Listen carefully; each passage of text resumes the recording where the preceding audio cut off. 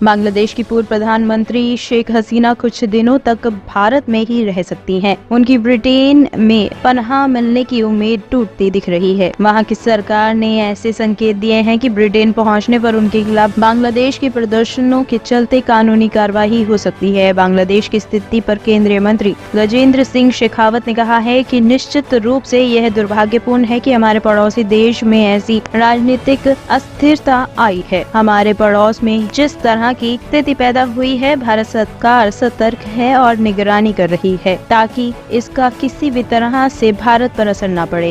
निश्चित रूप से दुर्भाग्यपूर्ण है कि हमारे पड़ोस में इस तरह से राजनीतिक अस्थिरता आई है, एक चुनी हुई सरकार को इस तरह से गिराया गया है। मैं मानता हूं कि निश्चित ही व्यक्ति जो है सब कुछ चुन सकता है, अपना पड़ोसी नहीं चुन सकता।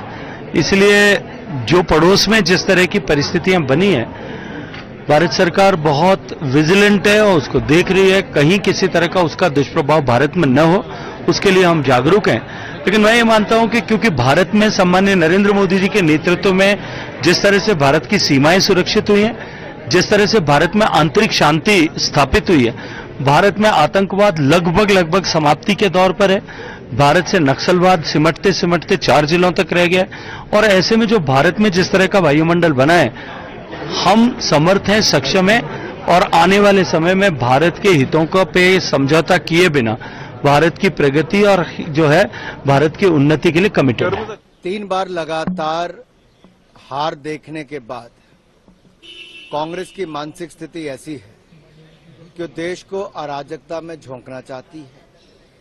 भय और भ्रम फैलाने का काम इनका पुराना है और देश को पीछे धकेलने के लिए कांग्रेस कुछ भी करने के लिए तैयार है। जहां एक और पूरी दुनिया में भारत को ब्राइट स्पॉट के रूप में देखा जाता है, दुनिया की सबसे तेजी से बढ़ने वाली अर्थव्यवस्था भारत है, वहीं पर इस तरह के बेतुके बयान कांग्रेस के नेताओं के द्वारा आना दिखाता है कि कांग्रेस की मानसिक स्थिति क्या है। वो देश का नुकसान कैसे करना चाहते हैं, देश के लोगों में भय कैसे पैदा करना चाहते हैं, और ये भय भ्रम अफवाहें फैलाने का काम कांग्रेस बंद करे। ये वही लोग हैं जो बाटला हाउस कांड के बाद शहीद इंस्पेक्टर ML शर्मा के पास तो गए नहीं थे, लेकिन उनके घर तो नहीं गए, लेकिन जो आतंकवादी मरे उनके घरों पे अफसोस जताने कांग्रेस के लोग गए थे, श्रीमती सोनिया गांधी जी और ये नेता जो कांग्रेस के जो आज बयान दे रहे हैं।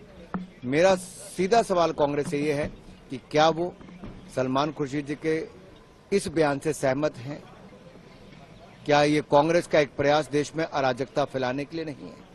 क्या देश में एक बार फिर वो संकट खड़ा करने का प्रयास जो कांग्रेस बार बार करती रही, कभी चुनावों से पहले और अब चुनावों के बाद? ब्यूरो रिपोर्ट, टीम मानस न्यूज।